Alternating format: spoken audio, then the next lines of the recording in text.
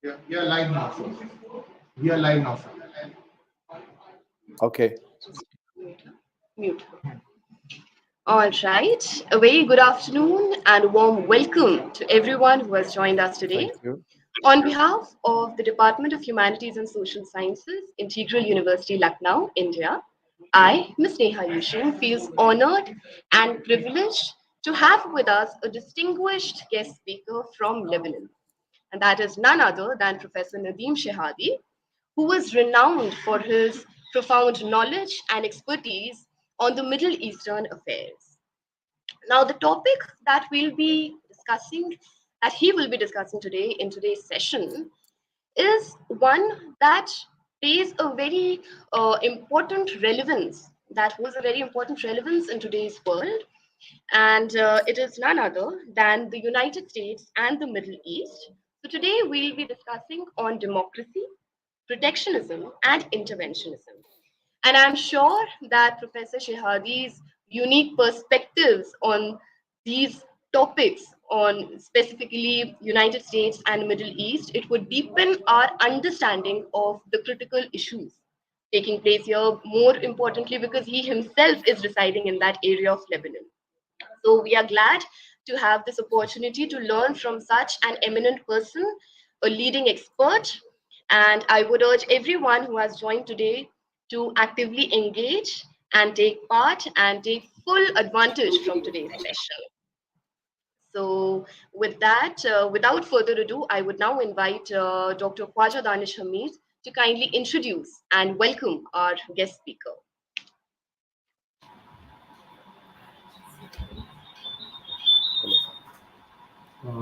Thank you. Thank you, Ms. Neha Yushin, for giving me this opportunity to welcome Professor Nadim Shehadi, sir. Professor Nadim Shehadi will be speaking on the topic United States and the Middle East, democracy, protectionism, and interventionism. Professor Nadim Shehadi is a Lebanese economist with an interest in history of economic thought. Until recently, he was executive director of Lebanese American University, New York headquarters and academic center.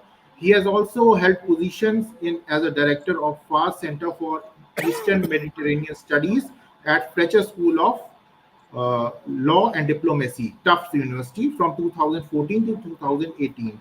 As an associate fellow of Middle East and North African program at Chatham House in London from 1999 to 2020.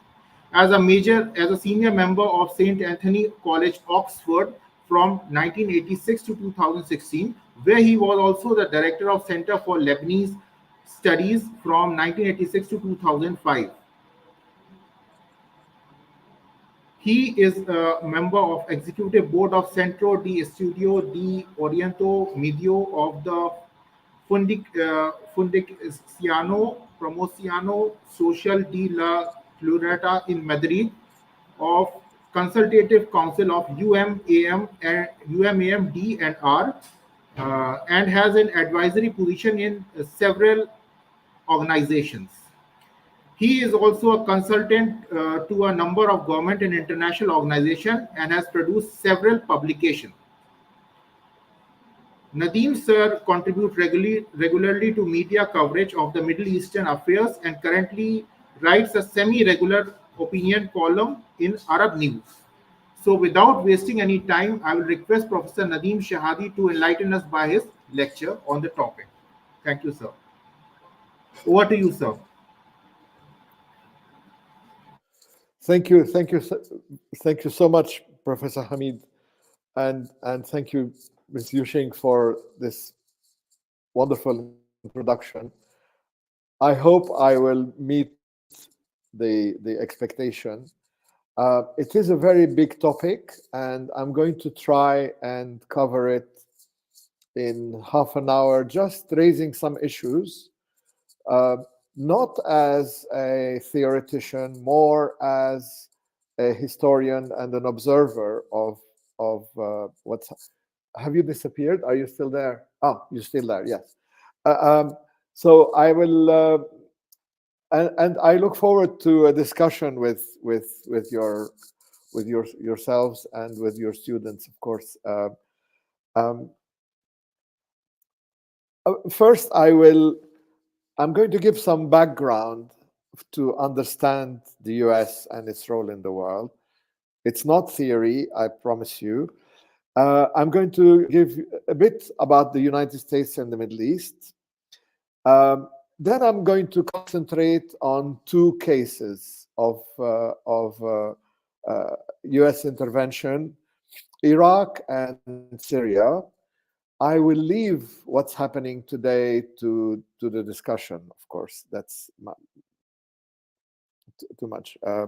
Now, I mean, as a student myself, I found that reading one book was very interesting for me to understand the United States, and it is Alexis de Tocqueville, Democracy in America. It is written almost 200 years ago. It's a French aristocrat who visited the United States and wrote 2 volumes, 5 years apart. And I found reading it that some of the basic things that were the founding principles of the United States are still there. There are people who left Europe, left the old country and the old identity behind, and some of the values like where am I? Like equality and decentralization, local government, state, and of course federalism, politics on a small scale is very important in the United States, and that's why you find so much discrepancy between national policies and Americans you meet normally. And also the importance of religion in a secular manner. What I mean by religion in a secular manner is that there are values that remain in a culture, a religion as a culture. So the United States is originally set up by people who were European Puritans. And I find when I was there, and de Tocqueville also notes this, that the Puritan values of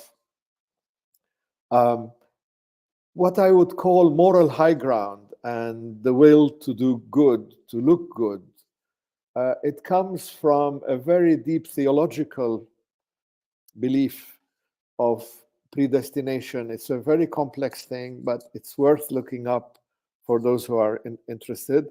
And it is that you are basically predestined to either go be saved or not saved. And people try to live as though they are righteous. So they have to believe that they are righteous. And that's very deep in American culture. I spent 7 years in the United States, and I've been trying to understand it from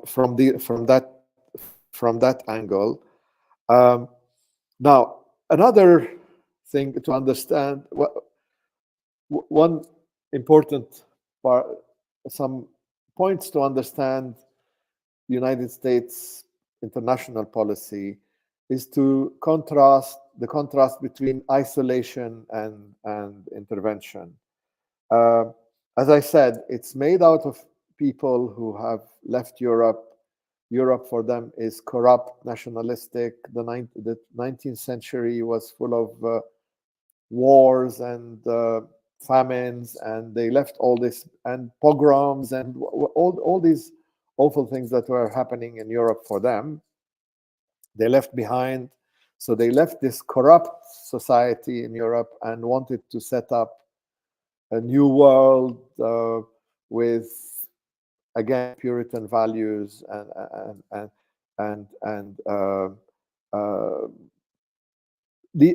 basically this is the basis of the isolation. They shed out. They left their identity and history behind.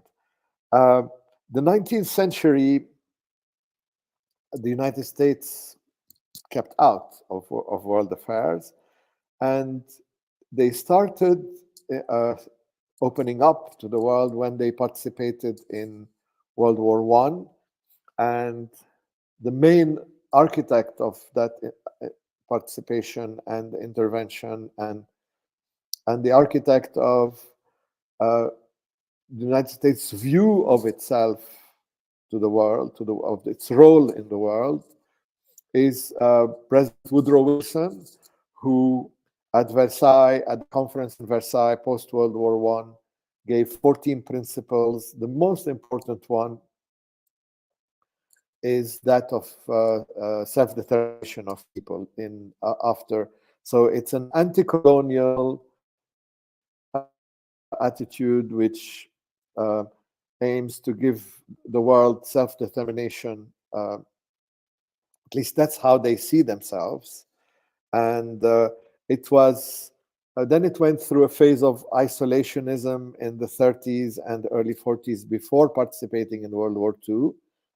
And that was very, very deep-seated, and you still see it resurfacing. It came after the Depression and the 1929 crash, and they just wanted to forget about the rest of the world. So the United States, by keeping out of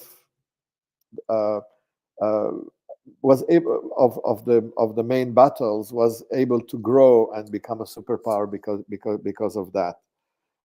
So what I want you to retain here is the self image of the United States, that their role in the world is to do good, to spread values, and distinguish themselves from Europe. They are from the corruption of Europe. Again, I'm saying that this is their own self-perception, not necessarily that of reality, and we can discuss that later. Another very important principle or observation that I have had when being in the United States, it is the absence of common sense and the intense bureaucracy in government. So while you have on the local level small government, the federal government in the United States is a monstrosity. It's full of procedures. It's the root of the bureaucracy comes from the period of President Johnson, when he had a policy of creating a great society with social services and equality and all that. Again, equality. And one of his advisors decreed that the biggest danger on a society and on a process is for individuals to use common sense. So there has to be a process, a step-by-step process for every decision and every action. And this process and every decision has to be taken according to some criteria, not according to individual taking action. To contrast this, in the UK, my experience is that you are given guidelines, not strict instructions. You have a goal, and you have guidelines to reach that goal. Whereas in the US, you're given step-by-step instructions, and you have to follow the steps. If you reach the goal by breaking the steps, you're against the law. You can go to jail even though you're successful. If you fail but you follow the steps, you're safe. So this can create a lot of complications in decision making, as you can imagine. Now, a few words about the United States and the Middle East. I look at it from a very long-term perspective. It is the United States first got involved in the Middle East in the 1820s, over 200 years ago, with Protestant missionaries leaving Boston and leaving Massachusetts, New England, Connecticut, all these areas, and coming as missionaries to what they saw as the Holy Land. Now, this is important because if you think of 200 years ago, the United States was barely 40 years old. It was not what we now know. It had just 13 states, and these people were fundamentalists who had a very narrow view of the world, and they came to the Ottoman Empire, which was it was a nation on the rise coming to an empire in decline in a way, and the relationship with the Middle East is very much so following that kind of background. There is it's not a one that started only post World War II. People in America used to read missionary magazines, which was like their National Geographic at the time, and that's how they view the Middle East from that perspective. Now, another thing to remember, one another point is I'm just throwing things to build the picture before coming into intervention. So the Eisenhower Doctrine post World War II, which facilitated which gave the ideas that facilitated the intervention in Lebanon in 1958, which was the first post World War II intervention by the United States, coming out as a superpower in confrontation with the Soviet Union, the Cold War, and all that. And the principle, again, was the United States spreading values, according to them, of course, and helping people who were in danger of falling to communism and tyranny. So there was still anti-colonialism. There is still the view that the United States is a force for good, and other elements are, of course, oil, the alliance with Saudi Arabia, and the many educational institutions and corporations like Aramco that have created all these relations between the United States and the Middle East. Now, so I'm going to give you a few principles also to understand that. So the principles or the ideas that drive American policy go from the promotion of universal values to the promotion of armed coup. The United States, in contrast to its values and perception of itself, in the 1950s believed that coup d'etat or army takeovers were possibly a good thing for third world countries in transition, because in order to have democracy, you need to have institutions, and they saw armies as institution builders. So in the Middle East, they supported, and so the military governments that were emerging in the 50s and 60s, they started seeing them in a positive way. The Nasser revolution, the Ba'ath Party, and all that. They did not see them negative until they became pro-Soviet.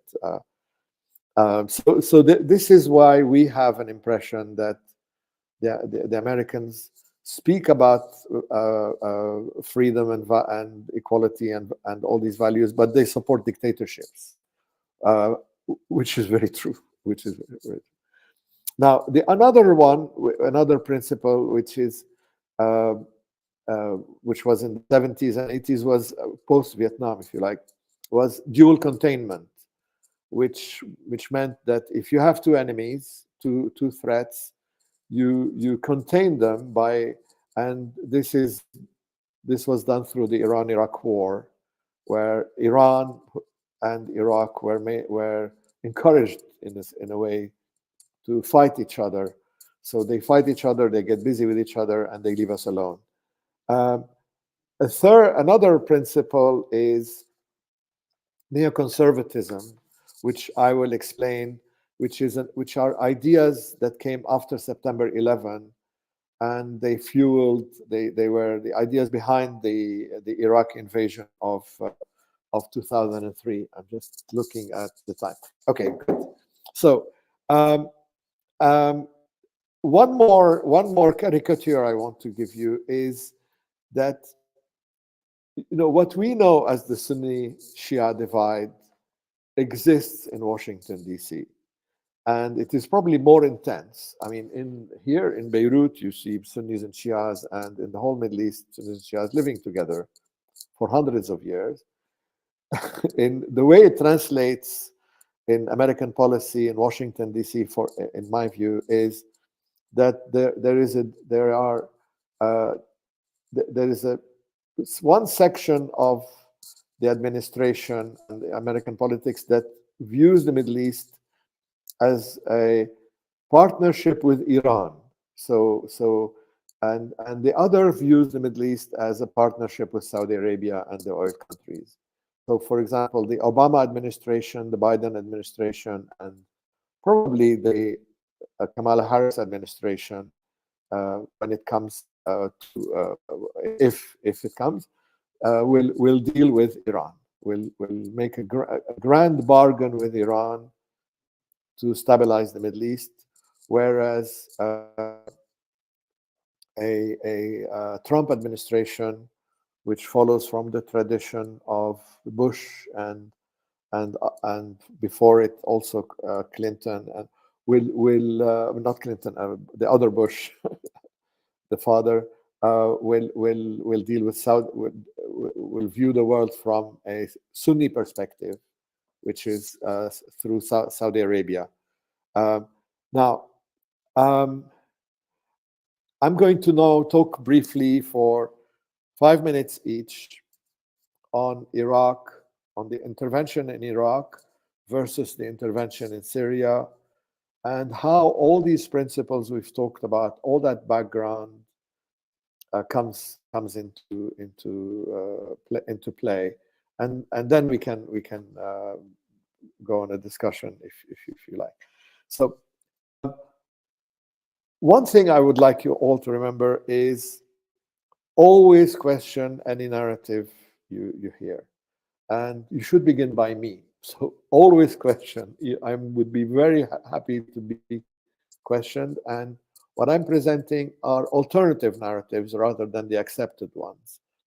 So bear this in mind when I'm talking, and please question it when I speak. So most narratives of the Iraq invasion begin with 2003, and they blame all the problems of the region on the American invasion of Iraq. Sectarianism started then, Iranian control started then, the sort of ethnic tension, collapse of the economy, everything was blamed on, and it's described in catastrophic terms. I argue against that. I say that one has to look at the American intervention in Iraq from a wider time frame. So instead of looking at, it's now 20 years or 21 years since the invasion. So instead of looking at 2003, 2023, look at it from 20 years before and 20 years after. And so compare the two invasions, the two Iraq wars, 1991 and 2003. Also, the criteria for judging American policy, I have 3 criteria on how to judge a policy. One of them is legality. Is this a legal intervention? Can you justify it? The other one is morality, which does not necessarily coincide with legality. It's for the lawyers amongst you, it's a difference between the law and justice. So you can have a fully legal uh, uh, policy which is not moral. And again, because we have hindsight now, we can see things 20 years later and 40 years later. I think one has, in the future, one has to judge it by consequence. And when formulating a policy, you have to think of the consequence. So in 1991, the United States formed a coalition to drive Saddam Hussein out of Kuwait. Saddam Hussein invaded Kuwait in August 1990, thinking that it had a green light from the United States, and it did not. It was a misunderstanding, and it would be interesting to visit that. And they formed a coalition. The coalition was formed with the United Nations Security Council resolution, which made it a legal coalition and a legal invasion to drive Iraq out of Kuwait. And so that was the legal part. Now, after the success of the operation, there was a question of what to do with Saddam Hussein after you. And there was an option of changing the regime then, but the United States did not go further than that for several reasons. There are many stories about this. One of them is that it was illegal to regime change. The other one is that the United States allies in the region did not want regime change in Iraq because they feared the consequence of it and the precedents it would set.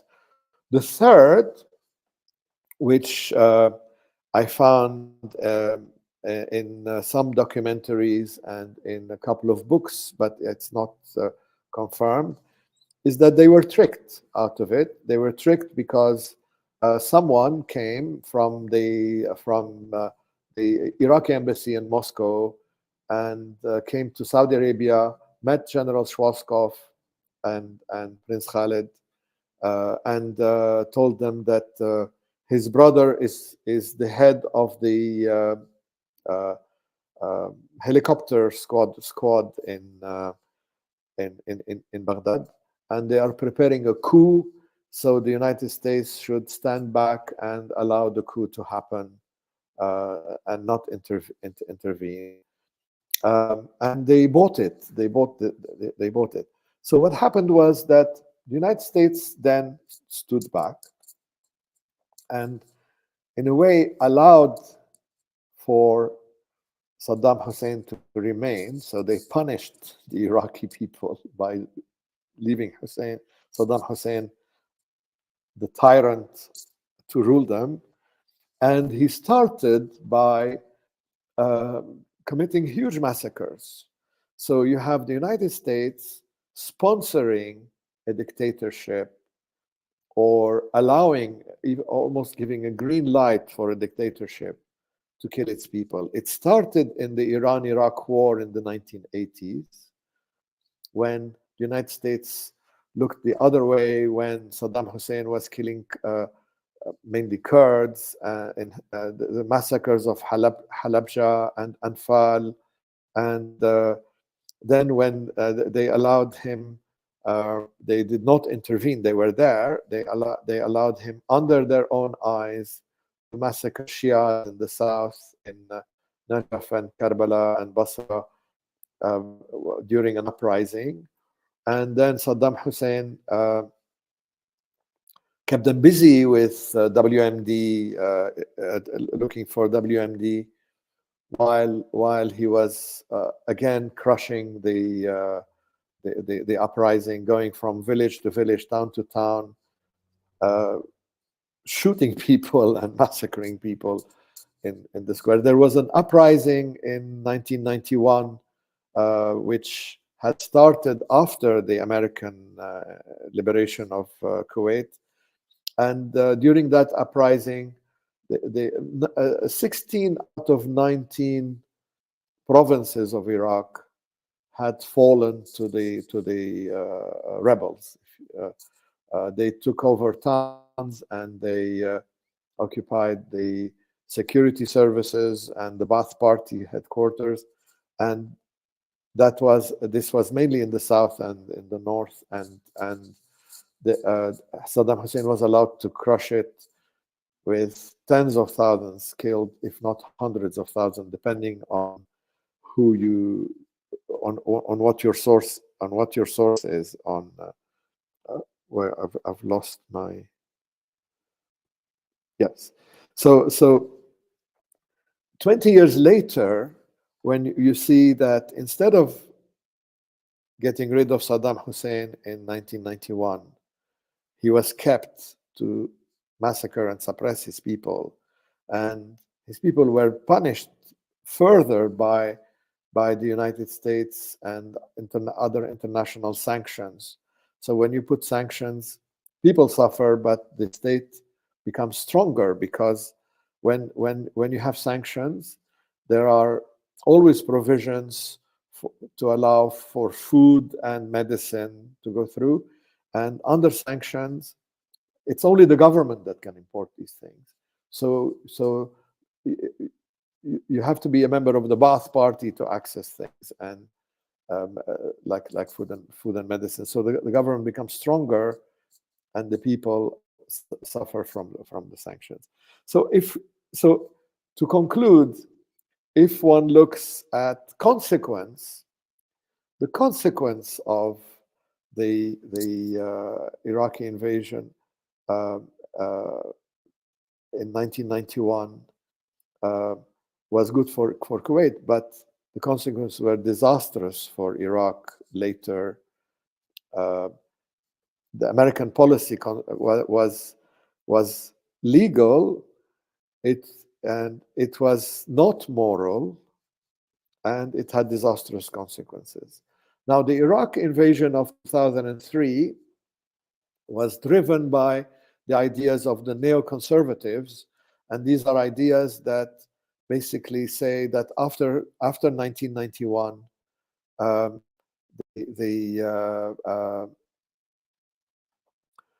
they had a revision of their role, and they thought, and the neoconservatives' ideas can be summarized in that we've been supporting dictatorships for 50 years, and it's brought us terrorism. We have not promoted democracy.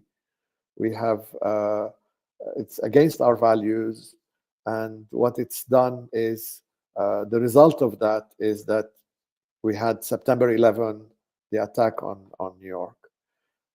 So the invasion was based on the idea that the Middle East is like Europe in World War II, ruled by dictatorships and tyrants. And like they did in World War II, they got rid of Hitler and the rest became democratic.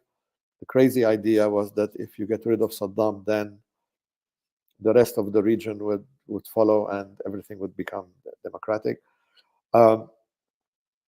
This, of course, failed, but it did not fail because of the invasion. It failed because of US bureaucracy and internal rivalries and the way the US withdrew from. And we can discuss this later. I'm going to go quickly over Syria. The US intervention in Syria, because I can see that we're approaching 40 minutes, and Professor Hamid strictly told me not to speak more than 40 minutes, and I obey him. Now, the US intervention in Syria So you can go beyond this as well, sir. We have time, sir. You can Okay, go beyond 40 okay. minutes, sir. I'll take a few more minutes to speak about Syria because it's a very important subject. The U.S. withdrawal from Iraq was more of an internal United States issue. In my view, the Democrats wanted Iraq to fail. They wanted George Bush to fail, and they started. Nancy Pelosi went to visit Damascus, and they started engagement with Iran, and they were basically and they promised withdrawal from Iraq, and whereas the Bush administration had the idea that they should fix it before they leave. So there was a successful move, which was the surge to help the Sunni areas of Iraq fight Al-Qaeda that had emerged in the north. And that was successful. But when the Americans withdrew under the Obama administration, the fundamentalists came back, and you have the rise of ISIS again. And so it's one of the questions is whether it was the policy that was disastrous or the withdrawal that created the disaster in Iraq. So Syria, in a nutshell, the Americans learned the wrong lessons from Syria. They were very reluctant to help the Syrian revolution get rid of Bashar al-Assad, because what they learned from Iraq, wrong lesson, again I say, what they learned was that if you have a dictatorship and you remove it, everything falls apart. And so the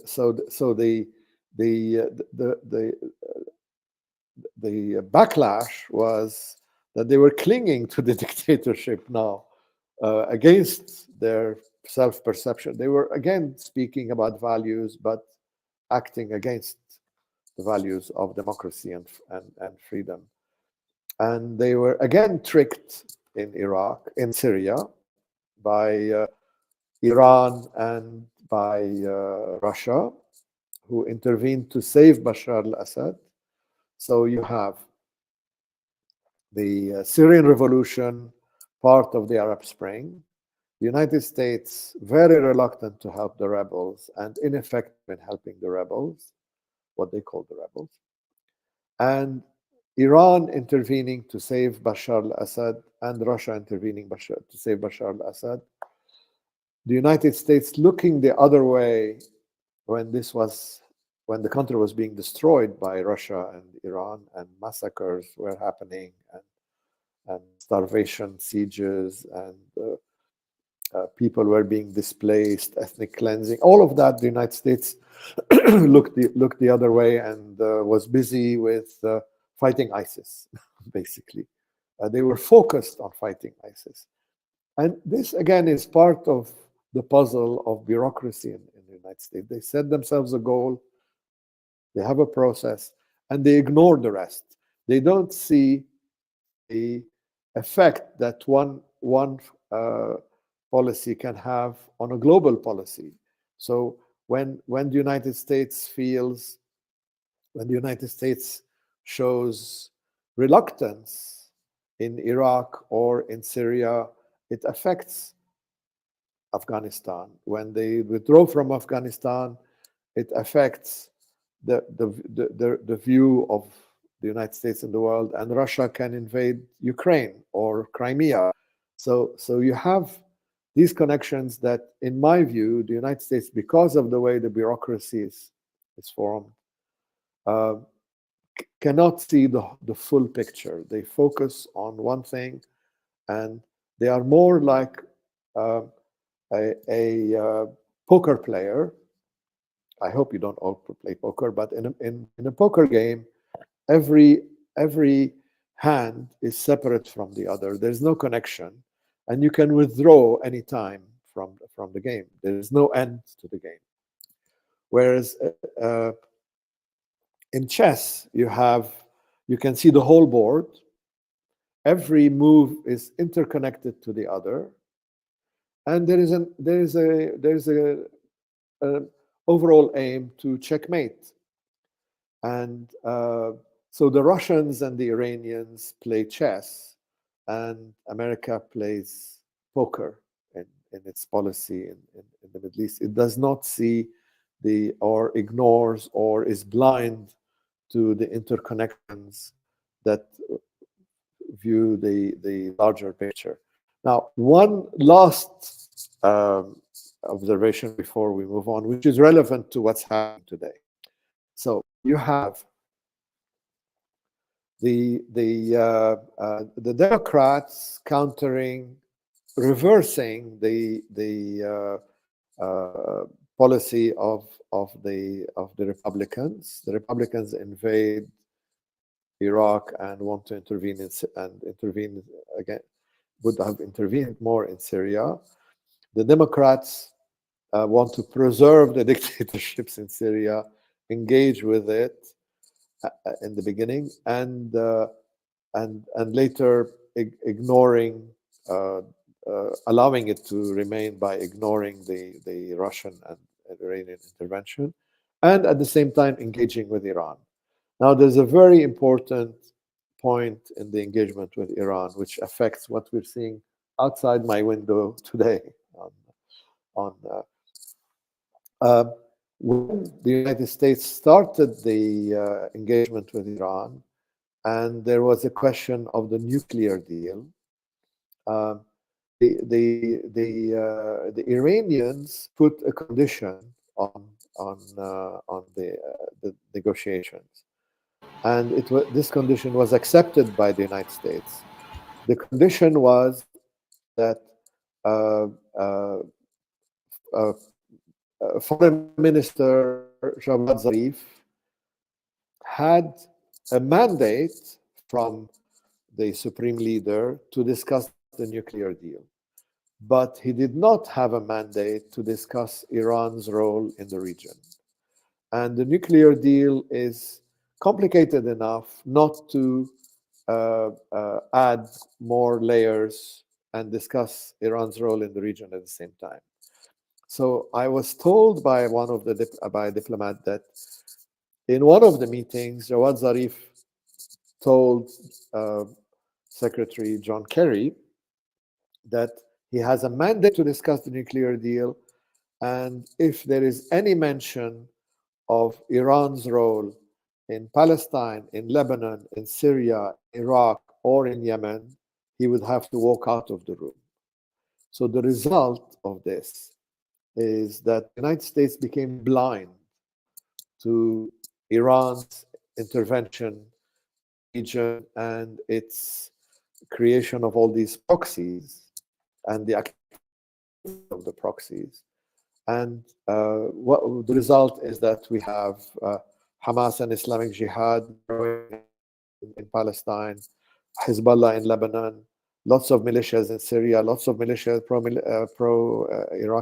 pro-Iranian militias in Iraq, who control the country also, and they control many of the ministries and the ports, and you have the Houthis in Yemen, and now the United States is having to confront this consequence of its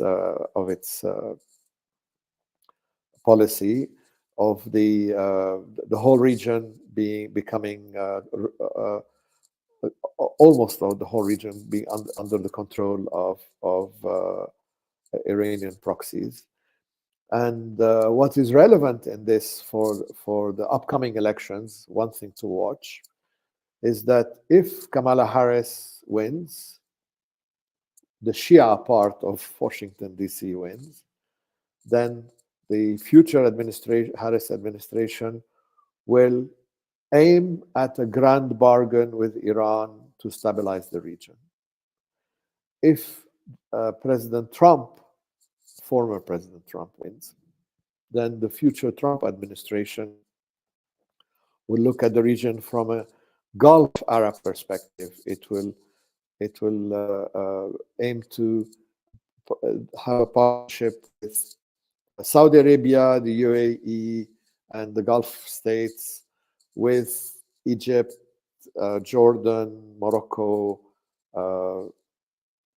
and then the countries that are not ruled by the IRGC, and it would be more of an alliance to confront Iran rather than make a grand bargain with Iran. So that's what we should.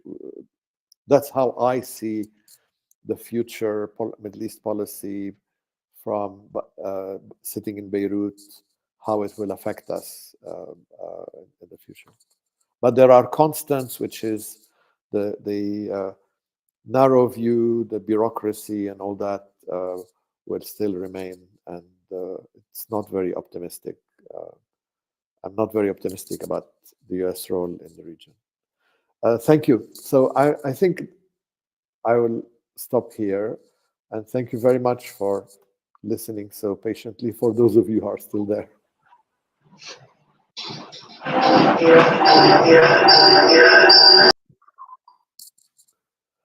Lots of echo.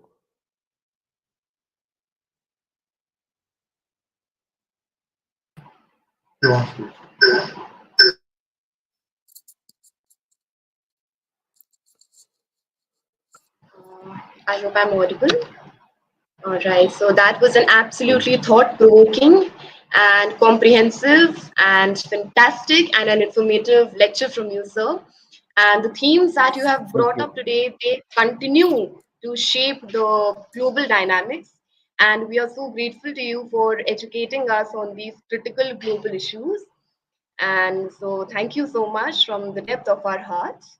And with that, I would like to invite Dr. Khwaja Danish Hamid sir once again to moderate the question and answer round. And in the meantime, I would request the participants who are watching us right now to kindly post any queries or any feedback that you have for today's session in the chat box. Thank you so much.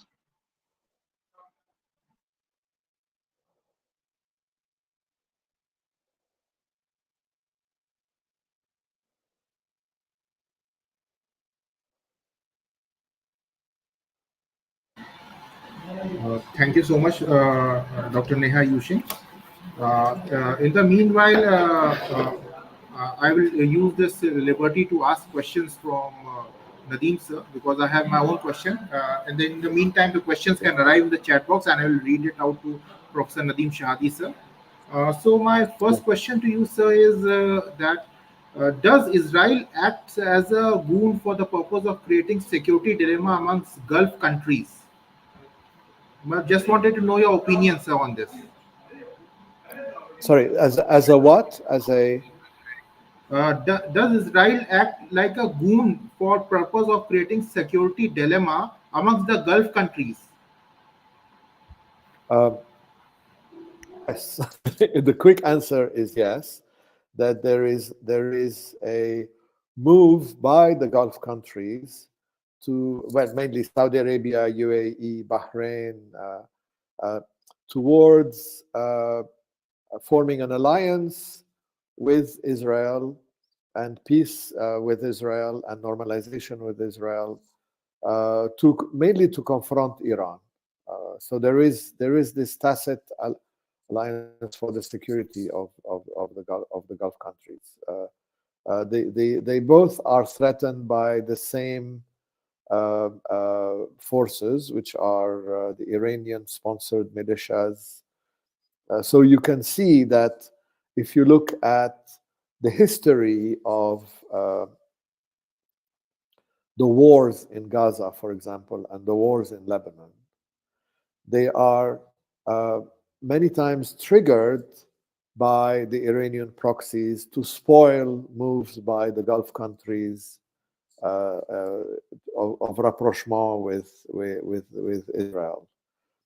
For example, in 2002, there was an Arab peace initiative, which was going to be announced in April 2002 at the Arab League summit in Beirut, and this was promising full normalization with Israel from the whole Arab League countries and the Organization of Islamic Cooperation Conference, Islamic Conference. And the day before that, there was a terrorist attack in Israel. It was called the Passover massacre in a Passover celebration, and that sort of triggered an invasion from Israel, and the Arab Peace Initiative was completely ignored. We had interventions we had such conflicts starting at every stage of any approach. So you have Iran trying to spoil any rapprochement between Israel and the Gulf countries through proxies, through the action of proxies. If we had time, you could draw a timeline of all the wars, progress in the peace, in rapprochement, and attacks that spoiled it. For example, in 2021, there was a conflict which started to cover up on the Abraham Accords, to spoil the Abraham Accords, and 2023 is generally perceived as aimed at spoiling the talks between Saudi Arabia and Israel, driven by Iran again. All the Iranian proxies in the region collaborated in this war. So yes, the answer is yes. So one more question, sir, I have from my side. So the security dilemma created by the state of Israel is responsible for sale of U.S. manufactured weapons amongst the Gulf countries and other nations which are near about. So what do you think that is Israel directly responsible for creating a boom of weapon sale for U.S. complementing U.S. weapon manufacturing industry sale in the Gulf countries? So? Oh, yes, of course. I mean, any conflict does promote. Wars promote sales of arms, and there could be some truth in the theory that the arms industry. I mean, many people believe that the arms industry in the United States benefits from wars and promotes wars, but I don't. I tend not to follow these kind of conspiracies. They're not fueled mainly for war.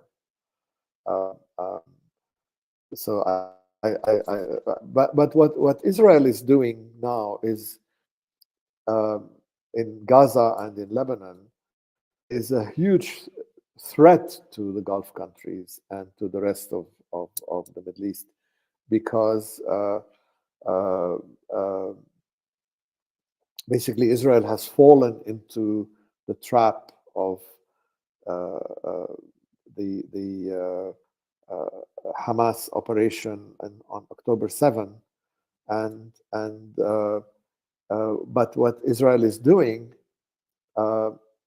it risks destabilizing Egypt, Jordan, Tunis, Morocco, Kuwait. Certainly, the crisis now in Kuwait is a result of that, and of course, there is always a threat to Saudi Arabia and the UAE from the consequences, because we are watching what Israel is doing, and what Israel is doing in the region makes anyone think that peace is impossible with such massacres and destruction and all that. So there is a connection. Okay, sir. So one question from our student. His name is Ambar Ali, Sayyid Ambar Ali. So Yeah. he writes his Yes. question this way: as the world is moving towards the use of natural gas, and Iran being one of the largest natural gas reserves, what kind of relation do you see between Iran and the United States of America in future, sir? Um, I thank you for the question. It's a very important question because there are people, and it's again very people who know more than me and who are international relations specialists and energy specialists who do believe that all the conflicts in the region are driven by energy and water considerations. And in that case, Qatar, Iran, as producers of natural gas, are important in that equation. Um, if there is peace in the region and uh, uh, there could be, it could facilitate the supply of gas from Iran and Qatar and the Gulf states to Europe, which would counter the monopoly that Russia has when it strangles Europe uh, by increasing the price of gas. So this is certainly a factor, but I personally do not think it's the main driving factor in the Gulf in the conflict of the region. I think that it's driven more by without a grand design, but driven by uh, uh, anti-American. They aim to drive the United States out of the region by Iran and its proxies. That's more of a driver than energy.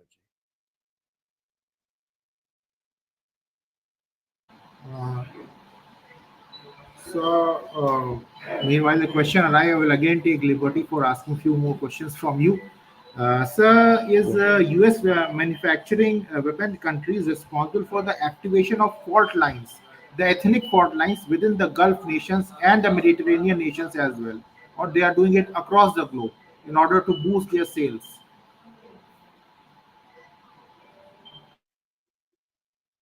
I'm sorry, I did not hear. There was a lot of interruption in the internet. It's the same question as before. Yes, sir. I'm asking you that does the U.S. manufacturing countries, weapon manufacturing countries, are responsible for the activation of ethnic fault lines amongst the region, amongst the Arabs, or you can say across the globe, they are doing it. No. The question is no. The United States policy is never that sophisticated. They don't understand ethnic fault lines. When they see them, they understand them in a very crude fashion, and they don't.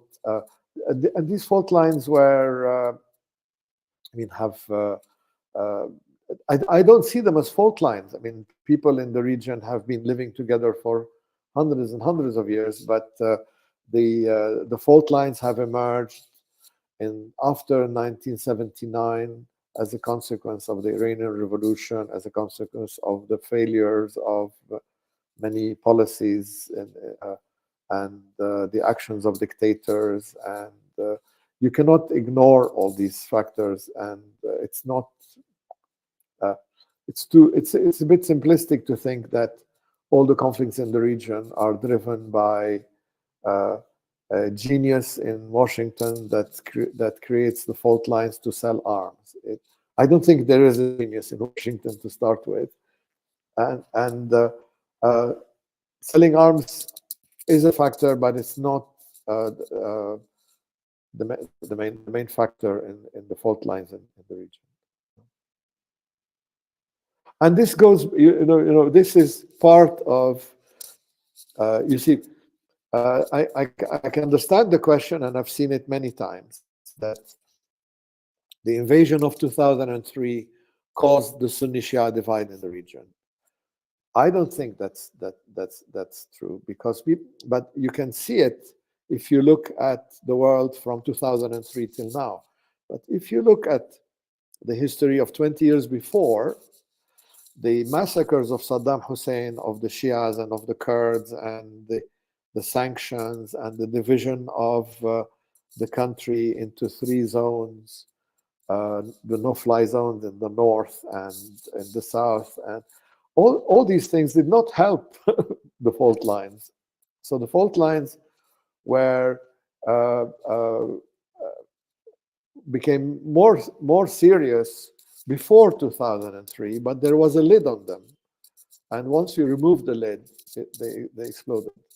It's not that they were caused by the invasion of 2003 in order to sell arms. That's my view.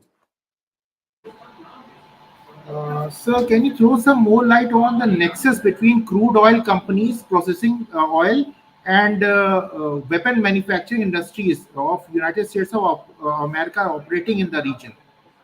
Means, is there a nexus between those countries who are responsible for digging of oil and processing it, and the weapon manufacturing industries? I mean, this is, Professor, I mean, this is the same question again. And I think to save time, I have the same answer also, that these are factors, but they're not the main driving factors in the... one thing which I'd like to highlight as an answer to this is that I do not see that the US is capable administratively and bureaucratically to have such a strategy that lasts over so many years. It's more by reaction, driven by internal politics, by bureaucracy, by crises, rather than a grand scheme of selling arms and controlling oil. And they're very attractive theories, but sometimes the world progresses in an irrational manner rather than in a very orderly, rational way that makes sense. It doesn't always have to make sense. So this view of the world tries to make the world as though it does make sense. It's trying to make sense of things. I think that it's useful. It's a useful exercise, but it doesn't always apply. So there's one more question from Sarah Rahman, who's a participant. Yeah. She asked that, how do you see the failure of United Nations in stopping the ongoing genocide, and what impact would it hold in keeping peace across the globe in future? Yes, thank you, Ms. Rahman. It's a very important question. I think we have all failed in not just the United Nations, Europe, the whole world has failed in stopping Israel committing the genocide. And this will have huge consequences on Israel itself in the future. I don't see how Israel itself will recover from Gaza, not just the whole the region. I don't have a lot of faith in the United Nations in the last 20, 30 years. Mainly it's been very ineffective because of the vetoes by the US and by Russia. So the Security Council resolutions have been very ineffective since the 80s. I mean, the last time they were effective was probably in the early 90s, and there's been some instances in Lebanon where they've been effective in the creation of the International Tribunal for Lebanon, for example. And but it is a very serious failure of the UN, and there seems to be almost no control over what Israel is doing in Gaza, which will affect us for a very long time. But at the same time, there was no control over what the Syrian regime was doing in Syria, and over what Russia was doing in Syria, and what Iran was doing in Syria. And this was the cause of the death of about 500,000 people, of the displacement of 12 million, of which many are refugees in Turkey, in Lebanon, in Iraq. So the United Nations has been failing throughout in stopping such massacres and ethnic cleansing and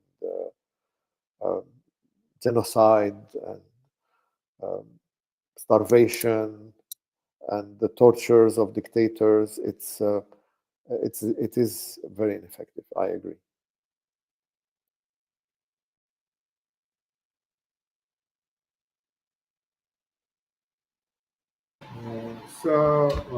One more question, sir. Does the clash of civilization theory prove itself to be correct in contemporary times, looking into the Palestinian issue or Gulf or the Gulf issue, sir? If you can throw some light on this. Sorry, I did not hear the question. There was a lot of interruption in the internet. Can you please repeat it? Sir, does the clash of civilization theory prove itself to be correct in contemporary times, looking into Palestinian issue and the issues, other Gulf countries issues, sir, as well? Yes. Thank you. Thank you for the question. It is a very interesting question. And there's a lot of debate on that, about the clash of civilization between Islam and the West, between, I mean, all sorts of divisions. But I don't believe in that. I think that the clash is within civilizations, not between them. So the clash in Palestine and Israel is between those in Palestine who want to create, who want to peace with Israel, which is the PA and the Fatah and the PLO and the Palestinian National Authority, and between Hamas and Islamic Jihad, who want to pursue armed struggle and liberation of the whole of Palestine and no peace with Israel. So it's within. And in Israel, it's the same. It's between those who want to have peace with the Palestinians and with the Arabs, and those who want to create a fortress and control the rest of the, ethnically cleanse the rest of the Palestine and make it part of a larger Israeli entity. And the two sides affect each other. So when Hamas does an operation, a terror operation in Tel Aviv or in Jerusalem, this leads people in Israel to elect people like Ariel Sharon or Benjamin Netanyahu, who are against peace. And in the same way, when Ariel Sharon does an incursion into the West Bank and destroys half of Jenin camp to arrest people, and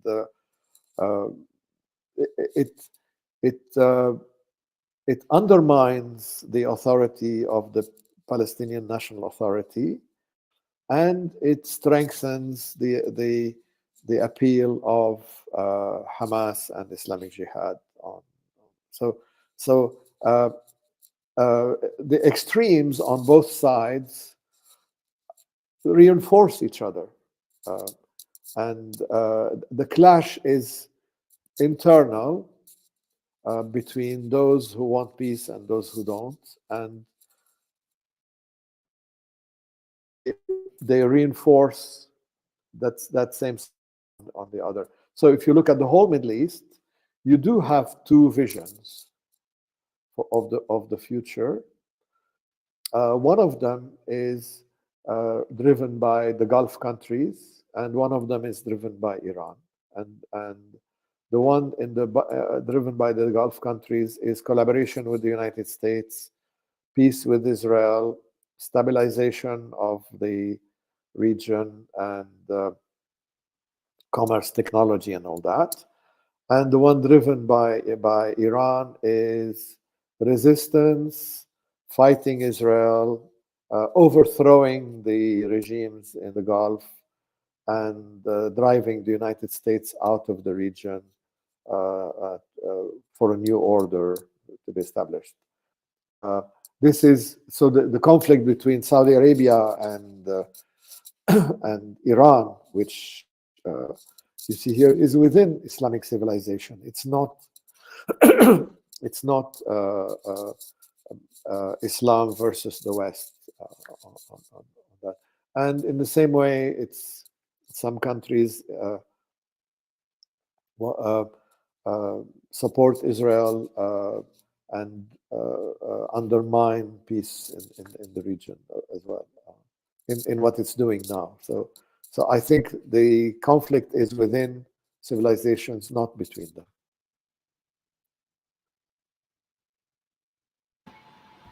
Sir, I have one more question, sir. Does the West and US sponsored project of imposed democracy, I call it imposed democracy, is breeding ground Yes. for US led protectionism? And when the previous two fails, it leads to US interventionism. Is it true or is it Sorry, false? say that again. Say that, Sir, the does the last West part. Okay, sir. Uh, I will read Yeah. out the whole question to you once again, sir. It's my question, sir. Does Yes. the West oblique US sponsored project of imposed democracy is breeding ground for US led protectionism? And when the previous two fails, that is democracy and protectionism, it leads to US interventionism. Is it true, or if you have, can you throw some more light on this? Yes. I mean, I agree with the general statement, but I mean, it's not always in that order, right? I mean, you have intervention to promote democracy rather than the failure of democracy promoting intervention. So it can work both ways, and it is the internal contradiction which exists in the United States between its view of itself as the United States being a force for good and promoting universal values and democracy and freedom in the world. This is its view of its own self, which has very deep roots in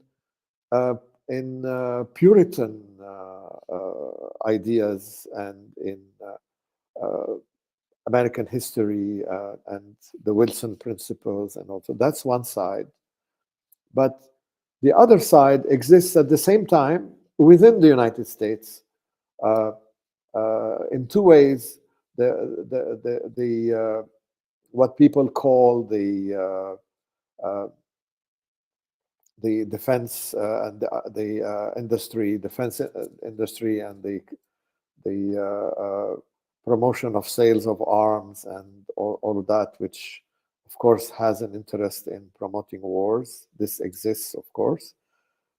And a lot of Americans' view of themselves, especially now, there is a disillusion in the new generation about America's interventions in the world. And we may be going towards another period of isolationism in the United States against the promotion, because it is seen as having failed, having not promoted democracy, as they said, and there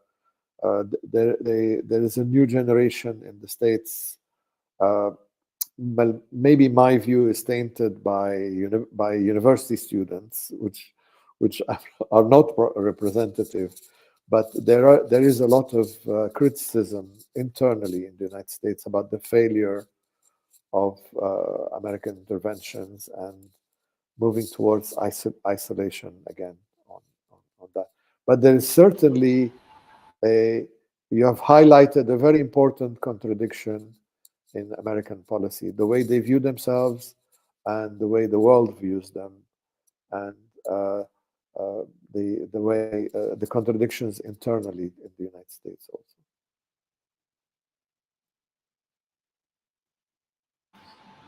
So, does Russia and China combined together pose a threat to United States and its policy in the Middle East, or they pose a challenge to United States and its Middle East policy? Yes, of course, it does. Yes, Russia. You see, there are two fronts now in the world. There is a global confrontation.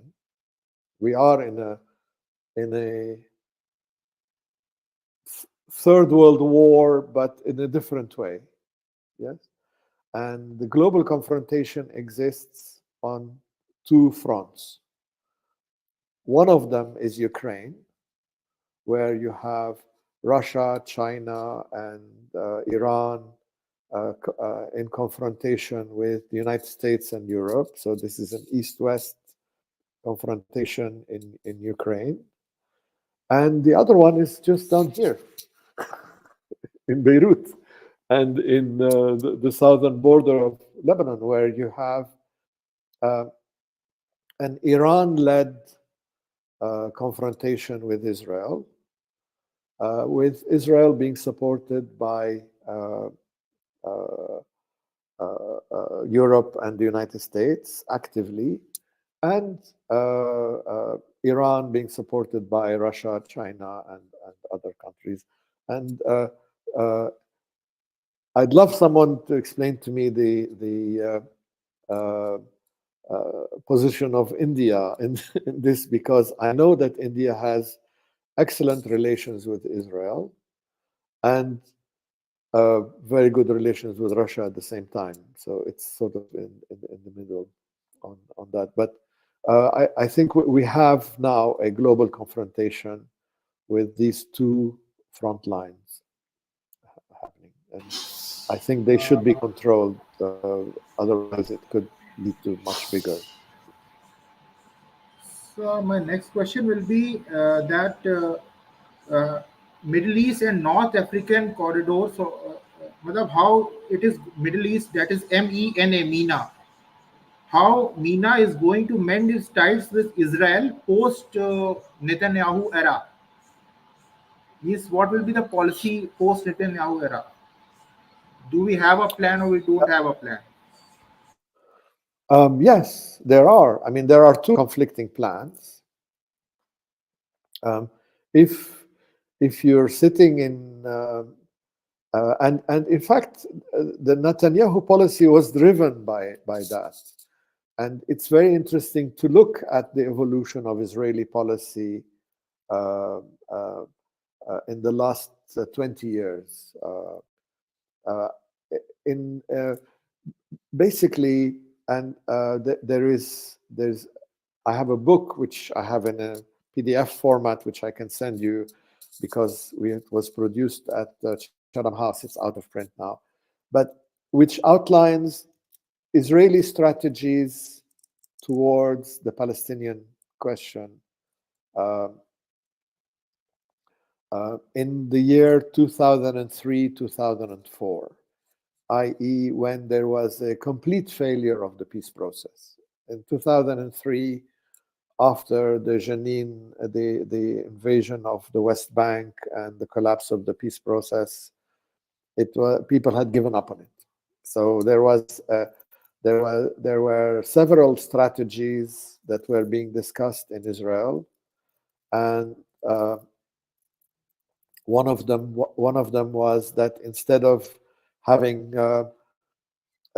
peace negotiations that lead to that in 6 months will lead to peace and two states, to have instead of 6 months period, to have it over 30-year period, like Europe. Europe was not created by negotiation. It created in stages, and after every interim stage, another stage came. It started with Union of Coal and Steel, then it went to a common market, then it went to European Union, then it's moving more towards a united Europe with a common agricultural and foreign policy. And so instead of doing it in one negotiation, you go through interim periods. This was one suggestion. Another suggestion was to keep at the negotiations, because a lot of the problems had been resolved. This is the Geneva Initiative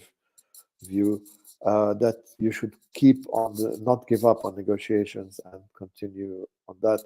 There was another proposal that you should have international intervention to like a trusteeship on Palestine to help it develop and facilitate peace. So it was like an international sponsorship of the but the idea that prevailed amongst all these ideas, there are many ideas, but the idea that prevailed was that of unilateral disengagement. This was proposed by a professor at Haifa University, not far from here again. What he said was, let's forget about the Palestinians now. It's obvious that they don't want peace. We can't force people to have peace with us. We can withdraw from Gaza, withdraw from the West Bank, withdraw from, there was a triangle of Arab villages they wanted to withdraw from, and build a wall, separate ourselves from, just protect ourselves from the Palestinians, and wait till they're ready to have peace, because for them there was no, his view was that they were not ready to have peace, and that you can only have peace with democracies. And so the idea was to separate and cultivate peace with the Gulf countries, with Qatar at the time, with Saudi Arabia, with the UAE, with Bahrain, with Morocco, and build on the peace with. So the view between Israel and the Palestinians looked very dark and impossible, but the view between Israel and the rest of the region looked much brighter. So the idea was to separate yourself from the Palestinians and build on peace with the region, and maybe that will affect. But obviously, this has failed. So it's this was a strategy that was started by Ariel Sharon, the unilateral separation, and it's on that basis that he withdrew from Gaza, that Israel withdrew from Gaza and dismantled the settlements and all that, and pursued later by Netanyahu, the separation and the wall and all that, but it has failed. Obviously, you cannot. What has been established is that you cannot ignore the Palestinian issue. That's and solve others. It is a key issue in the region. So just wanted to know, just was curious to know that does the US election play a role in Netanyahu's future in Israel?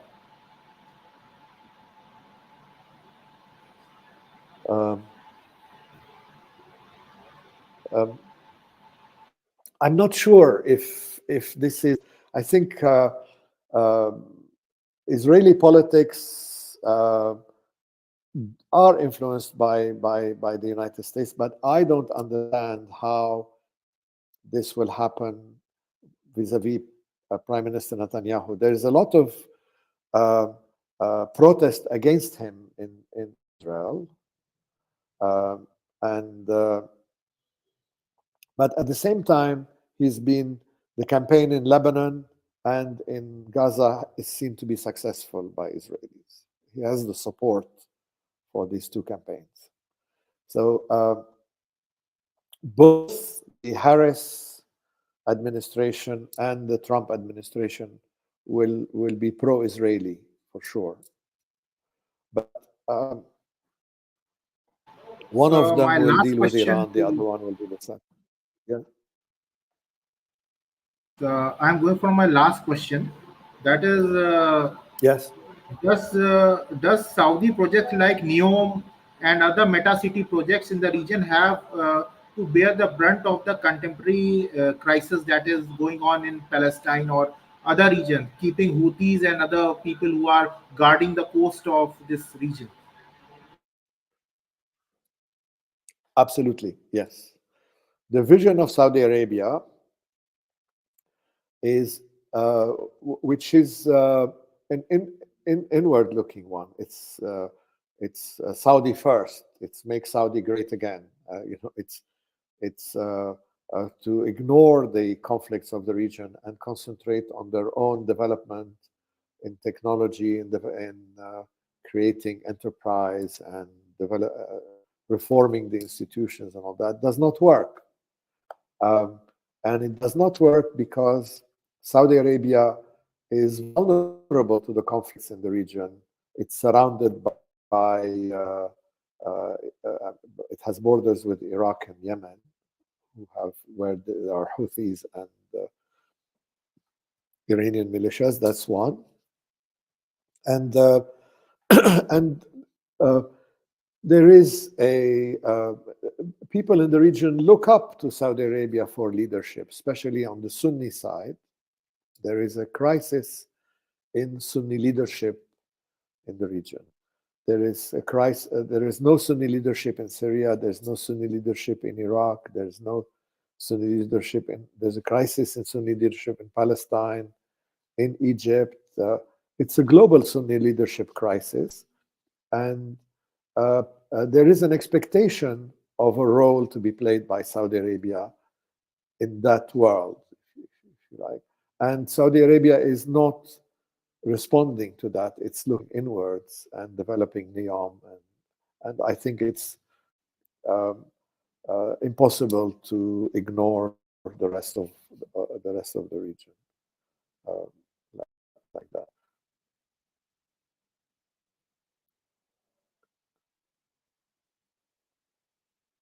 So thank you so much, sir, for sparing your time and coming on online. Thank you so much, sir. And it was a very informative lecture. We have learned so much from it. We have learned what is the concept of protectionism, how it plays in Gulf, what is democracy, how it is selectively implemented, and how it is seen by many Gulf countries or Society of Gulf Countries as an American project. We have also come to know that what is interventionism, and when it is required, US intervenes, and sometimes some people have speculations about it. So it was a very informative lecture, sir. Thank you so much, sir, for giving your precious time, sir. And we look to meet you in future, and probably we will be calling you in sometime in the city of Nawab, Lucknow, and then you can directly enlighten our students. So we have some very beautiful answers coming from your side, sir. Thank you so much, sir. Thank you so much, sir. Thank you, Professor Hamid. And I also look forward to continuing my conversation with you. For your students who don't know, we've been in touch for several months with a very interesting conversation between us, and I look forward to continuing it with you. I've learned a lot from you as well. Thank you. Thank you so much, sir. Thank you so much, sir. Thank you.